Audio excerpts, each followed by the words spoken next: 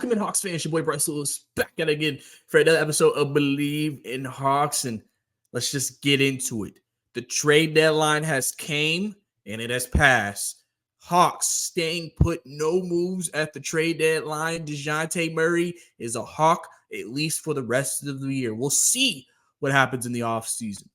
Now, obviously, with this happening, a lot of Atlanta Hawks fans are not happy about them staying put. A lot of Hawks fans believe that a move was needed to be made, and the Hawks did not make a move.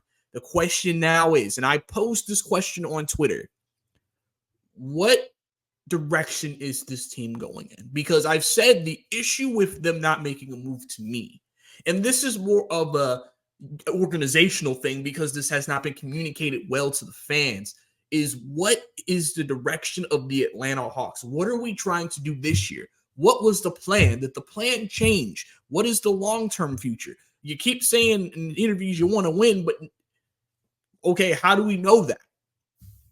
You know, I said this. I said this roster clearly has flaws, and you could have made even a small move to try to fix something, and you didn't. You also, if you want to get assets, which is because of asset mismanagement by this organization the last few years, you don't have the assets that you used to have. But and so did you want to sell a little bit to try to get some assets back? And they didn't do that either. So you're in the exact same place you were before the trade deadline. And so I think that has created frustration because then nobody knows, okay, what's the answer? What are we trying to do here? And that's the number one question that Landry and Wrestler need to answer to the fan base. Is okay, what is the direction here? People coming out talking about Trae Young's going to request a trade, isn't he? He's going to request a trade. It's going to happen at some point because the organization has mismanaged some things, made some decisions that have not been great. Now, we also have to take the good with the bad. I do think Quinn was a good hire. I think Bey was a good trade. You may say now it's not a good trade because Bey struggled, but Bey's starting to get his shot back, it seems. Remember, we only said Bey was a bad trade till this year just because he went through a slump. And then the thing is, you always knew about his defensive issues. So that was, I mean, if you can't say you hate him now because of it, just because it wasn't an issue last year because he was hitting threes. If you feel like that they could have moved him for an asset, fine. But let's not act like that was a bad trade for this team, right? The thing is, the Hawks are sending a message, and I think this is the message that they're sending. Quinn said before the season, I don't know if you guys remember during the media day, Quinn talked about this is a different situation. In Utah, he had years to integrate his system, integrate what he wants, integrate the culture, integrate the way they want to play. And so then he was given plenty of time, and then Utah eventually became a consistent playoff team. I think they were number one seed at one point. You know, they did a lot of good things. He said for this particular situation with the Hawks, it was different because there's expectations to get to where the Jazz were quicker, faster. And he was like, I hope we can do that. He said that. He was like, I hope we can do that. And so far, you know, we've talked about it. I've talked about it. The roster construction has been terrible. One injury to a wing, this team doesn't have wings anymore. One injury to a player, and now it seems like this team doesn't have anything to really come in and replace it. We can talk about the fact that Kobe Buffkin, Seth Lundy, getting really no minutes and really no opportunity. Seth Lundy was the only one who actually had an opportunity this year, and was ended because he got hurt. And people are still waiting for Kobe Buffkin to get some run, get ability to play, you know, and so people are just wondering, okay, what is the direction? The message is they're sticking with what they have. They believe in the system. Now, you have to give them credit. The Hawks, if you have watched the last 6-7 games, the Hawks have played better. Even the last two games against two of the best teams in the NBA, it went down to the wire. You know, Celtics game, you just didn't have enough firepower at the end because DeJounte was out. The Clippers game, literally, if DeAndre Hunter wasn't on a minute restriction and they had a couple of plays go their way, they probably would have beat the Clippers. And that's the thing. The way that they've been playing recently, I think, is the way that they envisioned them being when the season started. This is what I think what we've seen is what they've pictured. And I think that Quinn has been very adamant to them about just let me set my culture and my system regardless of results right now, because the results will eventually come. The problem for Hawks fans, it's hard for them to Bleav that, because it's not even an indictment on Quinn. It's more of an indictment on just there's just not any trust in the front office. There's no trust with Landry. There's no trust with wrestling. So certain decisions that are being made is like, I don't understand this decision. One of the big decisions is that obviously Clint Capella was not traded at the deadline, and now we're going on a what is it? Is it the fourth full season? Fifth full season that Yeka has been in the league and has not gotten the starting gig. He's starting right now because Capella's hurt, and he's averaging like, I think, 18 points a game just in general in the last 5. But it's one of those things where he's averaging 17 to 8 and almost 2 blocks in his last 5 games, and he's plus 38 from the floor. That's Yeka Okongwu. And yet he's still on the roster, and it's still a strong possibility that when Clint Capella gets back, Yeka Okongwu is going to go to the bench, which, again, I said that Yeka seems to fit what Quinn wants to do better. He gives him a stretch 5. He gives him a guy who can do more offensively and just do more in general. He's a better lateral, versatile defender than Clint Capella, even though Clint Capella is the better rebounder and shot blocker. Well, Okongwu can block shots, when put into position. And then obviously DeJounte, I think, is the big name that we've heard for months, almost 2 months now, actively shopping aggressively. They're going to move off DeJounte, or they want to move off DeJounte to get assets to maybe try to get a quality player in return, and he's still here. Now, I'm one of the people who don't believe DeJounte Murray is the problem. Yes, are there things that he struggles with? Yes, but there's also things that he helps with. We've seen in multiple situations when they needed a second guy who could score the ball, he was that guy. That was one of the reasons why they traded for him, to be a second person to score the ball. And he's done that. And I think sometimes we take players for granted because we want these players to be perfect and be great at everything. And then when they're not, we are like, well, if they're not great at this, then we need to find someone who is. But then it's like, okay, you could do that, but you do realize there's a chance the things that he does help you with are really good at, that next player might not have. And it kind of goes back to, I remember when somebody was talking about Bruno, since he's playing now because he's the backup center to Yeka while Clint's out. And they were talking about how, he's limited, he's not that good, God bless us. And I'm like, bro, Bruno is fine. Y'all act like Bruno is a terrible, god-awful player, and he's not. He is a backup center in this league. What is wrong with that? I think some Hawks fans were spoiled by the fact that you can go from Capella to Okongwu. So now that you actually have an actual real backup center who is a backup center, you hate him. And I'm like, there's nothing wrong. And I personally Bleav Bruno has not played bad in these last couple of games. He's done well. He's done a good job rolling to the rim. He's done a good job finishing. I have no issue with Bruno. I've said I'm cool with Bruno getting minutes. I have no issue with that man. But some people feel like because he's not a game-changing player, even though he's like the backup center, that's a problem. Clearly, everybody you bring off the bench is going to have a hole. But the thing is that what they bring you is why he plays. Like, the reason why Bogey plays is he can give you 30. Even though, yes, he is a liability defensively, he can give you 30. That's why he's on the team. The reason why Babe's on the team is when his shot is right, he can knock down quarter threes, and he can cut to the rim and get and ones all day. He's improved tremendously in the putback game, dunks at the rim. That's a bench player. I think he could be a high-end bench player. But because he can't play defense, trade him. Which I get because we need defense. I completely get that. But, people act like if you have a weakness, you're no longer any good. And that's ridiculous. But realistically, the Hawks probably are going to revisit DeJounte talks this offseason. Probably, I would assume. Then you'll probably revisit Clint Capella talks and maybe even DeAndre Hunter talks, right? And I make this point too to people who also talked about why we ain't making moves. I always say this to try to give context.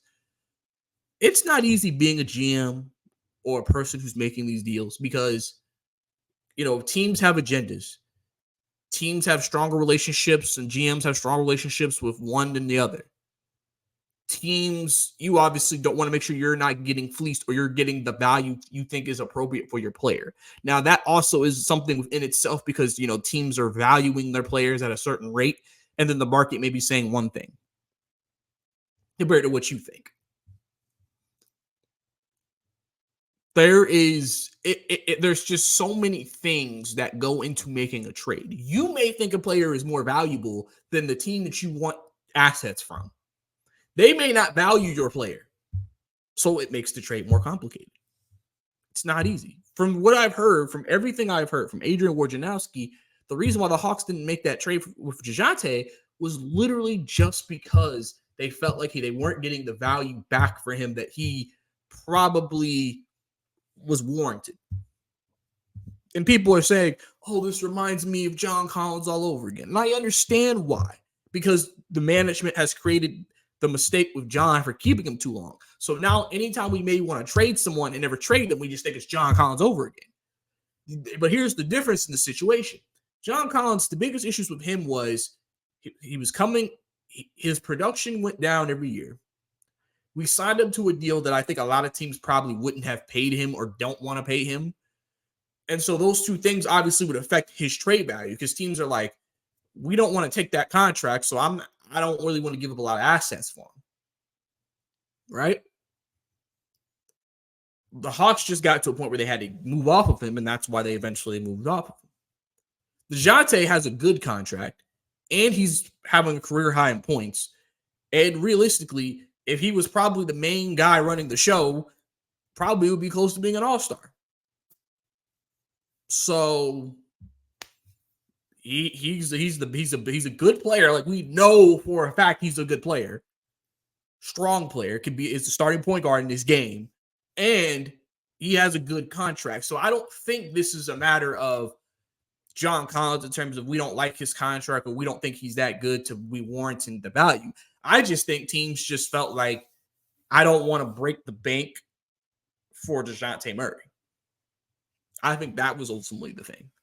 Teams are just not willing to. Now, the offseason, I always say, is better for trading in general because first, when the lottery happens, you actually know, especially if you're trading for picks for this year, you know what the picks are. You'll probably have an idea of what the picks are because you'll know who your lottery teams is and you will know who's not in the lottery. So you know which teams you're going to be able to get certain picks from and other teams that don't.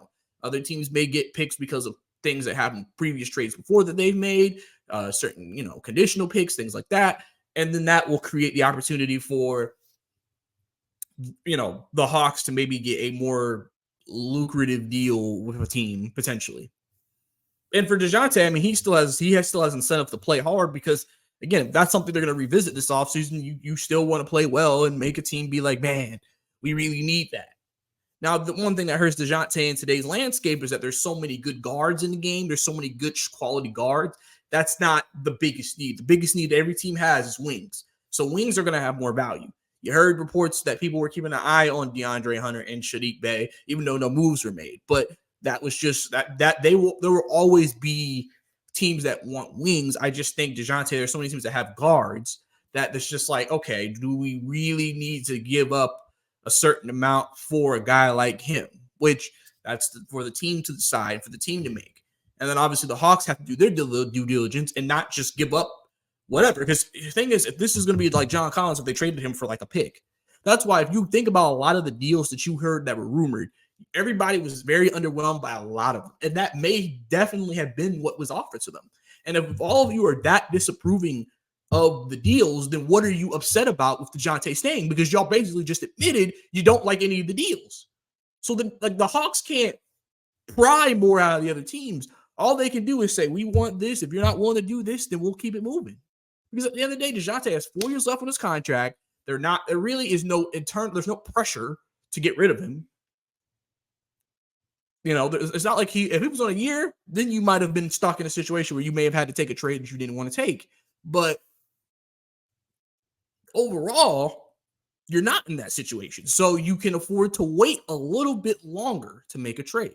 But I also understand everybody's sentiment that the Hawks could have made a smaller trade. We heard AJ Griffin rumors. AJ was potentially maybe a swap with somebody. That didn't happen. One of the biggest issues that the Hawks have is they don't really have a lot of assets past the top 8. The only person who really has value after that is AJ Griffin, and his value is not that great because he hasn't played. It just literally depends at that point is if a team wants to think what they saw last year, they think they could do something with him this year. And then second, you have the rookies, which you haven't technically seen play at the NBA level yet. So you don't know if they're good in terms of like on the main stage level. They're killing it in G League. Seth Lundy just had a great game in G League for the Skyhawks. Kobe's been killing it down there. But again, you haven't seen them at this level, so you don't actually know, okay, are they legit? You have to just go to your draft scouts and say, did we like him when he came out? What was our evaluation on him? And then maybe look at Skyhawks tape and say, okay, has he improved? Maybe things that we consider weaknesses. Are his strengths still his strengths? And then maybe you decide if you want to take it. But it seems like the Hawks don't really want to move off Kobe either. So there's just a lot of those questions. And like I mentioned earlier with Clint Capella, Onyeka Okongwu probably should start the rest of the year if I'm being completely honest with you. But like I said, they're probably going to put Clint Capella back in the starting lineup when he gets healthy. Only thing Okongwu can do is continue to ball and make it a hard decision and make him be like, listen, like Okongwu's ball, like he has shown he's ready to start. How are you going to draft a man in the top 10 and give him an extension and tell me he can't be your starting center? And the craziest thing is it's not even because he hasn't deserved it. It's just literally because y'all won't move Clint Capella. I don't think Onyeka has made Clint Capella stay here. I just think that the team and the front office doesn't know what to do with Clint Capella. So they just are like, well, let's just stay comfy and keep him in the starting lineup and keep him doing the same thing, even though he clearly just stands out like a sore thumb with the way they want to play because he's not the type of player that fits what Quinn wants to do. So when you have all this going on, that makes an issue. Earlier today, the Pelicans, they were talking about a potential trade. That was the team that we heard during the trade deadline date that people were talking about. People were saying maybe that could be momentum towards a deal, right? They came up last night. And then, I'm waking up this morning and I'm seeing that they're talking about DeJounte and Onyeka Okongwu, which I thought was like, all right, hold on a second. If they're going to make a trade like that, they have to give up like Zion or Brandon Ingram or CJ McCollum. I don't want CJ McCollum. So the only two players that I would be okay with trading in that situation with, if we gave up the both, would be probably Herb, and then I need Brandon Ingram or Zion Williamson with that. If we don't make a trade like that, you're not making the trade to be just Herb and like Trey Murphy in a pick for two starting quality players, and all we're getting is one starting quality player back. But we get the pick, right? Like to me, that to me would have pissed me off if they made that move, because I'm like, we need somebody significant back. If you gave me Brandon Ingram and Herb, now our wing game is much improved. You literally can make Ingram, if you really want to, you literally can make Ingram the 2 if you wanted to. And then you could go with an Ingram, Hunter, Jalen Johnson front line. And then I guess Capella when he gets back, I guess. And then boom, now your defense in the starting lineup has just improved. Now you got not only a person who is a defensive liability, but has improved greatly defensively is Trae Young. Now you got defense. And then Herb can come off the bench. So now he's improving the second unit's defense. Bogey, Herb, Bay. And then I guess Bruno. And then we'll see who the backup point guard is. I hope it's not Patty Mills, but, we'll see. But you see, because that structure would technically make sense. And now a weakness is now a strength for the Hawks. But that didn't happen. So that trade fell through. And then, just all that, all the shenanigans of the trade deadline, right? So, like I said, biggest question now is just what's the direction of the team? What does this team want to do? What does this team want to go? What is happening? But I also said, like I said earlier, they're believing in what Quinn is building. Trey has mentioned it plenty of times that it's going to take a minute. The Hawks may have tried to potentially rush this situation sooner than they should have. And now they're realizing, oh, snap, we really probably shouldn't have done that. But like I said, you're playing better basketball. Like I've said, right now, even though we all think everything is just crazy and crappy and everything under the sun, the Hawks coming games aren't crazy. You're playing a Philly team who, since they just made trades, you would assume any player they traded for today would not be the in the game tomorrow. You play Houston, who is falling off, could beat them. Play Chicago, could beat them. Now imagine this: the way this team has played recently against these teams. Charlotte, you would assume you would beat them, hopefully. Toronto, Orlando, Utah. Realistically, crazily Bleav it, the Hawks are 7 games under 500. That is 7 games. The Hawks, realistically, with this schedule and the way they are playing, especially if DeJounte comes back tomorrow and plays, and they don't get any more injuries, the Hawks legitimately could win 7 in a row and be 500 by the end of the month. And a part of me thinks that's what the regime is hoping for. I think they've seen progression with the system. I think they've seen improved play. And now you actually have a stretch of your schedule that, again, listen, the Hawks have not given us much reason to believe that that's going to happen, but it's there. The Hawks have a very winnable 7 games coming up and could go streaking again. And now you're a 500 team, which will probably at least put you in 8th, or at least close to 8th, which right now is the Magic. You play the Bulls and the Magic in the next 7 games, 2 teams above you. So those wins are going to do a lot for you. So that's what I think is going on. I think they expect progression to be made. And I know people don't want to hear that. I know people don't want to hear that that's their core reasoning for going ahead and not making trades, but that could be. Because at the end of the day, they were definitely shopping people. They were definitely listening to offers, but they clearly felt like none of the trade offers that were offered to them presented any value. And so that's why no moves were made. So now we have to see how this season plays out. I know everybody thinks, oh, we're going to be playing teams in the first round. And right now, yeah, it totally makes sense for you to believe that. Because, that's what we've seen. But the thing is about the league is you never know. If you get the right matchup, if you get the right thing, you never know what can happen. But I understand for Hawks fan is frustrating seeing the Knicks be aggressive, seeing the Sixers be aggressive, seeing Oklahoma City be aggressive, seeing these teams and the deals they make and saying, we couldn't do that. We couldn't make a deal like that. We couldn't do anything like that. Why are we unable to, but these teams can? I completely get that 100% because you are frustrated. You are frustrated with what you have seen. A lot of people do not have confidence in this front office because they have not made expectations clear and they have not shown us which direction they're going. Because usually the trade deadline in the season is a point for teams to show you either they're trying to win or they're selling. Teams that stay put either believe they're already good enough or they think that they will improve as the season goes on. Because that happens. Some teams just truly believe we'll get better as the season goes on, whether that's health or something else. You never know. They could use the excuse that they lost Hunter for multiple months and they lost Jalen for a month and now you lost Capella and all that as a reason as like, it's not like this team was this record at full strength. You never know what they've talked about up there in the front office, what conversations Quinn has had with Landry and all that.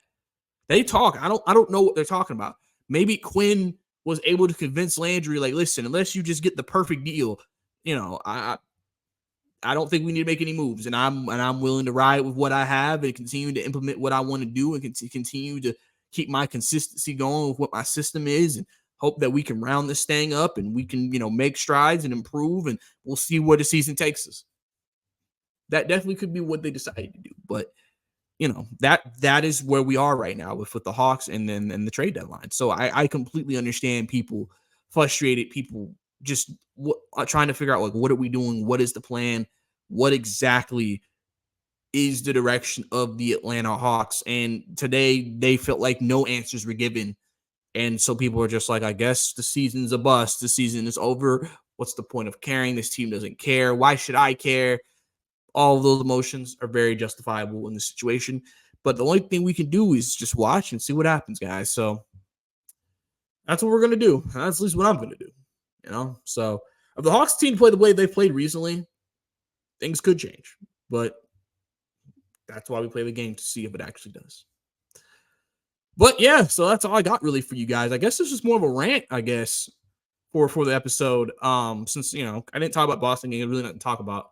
But hope you guys like that for sure. Like I said, man, I appreciate you guys tuning into the Bleav in Hawks podcast every time. Just give me a chance to be part of your day. Always very appreciated. Don't forget to follow me on Twitter at Bryce_2K on your screen, and for my audio listeners, BRICEY_2K.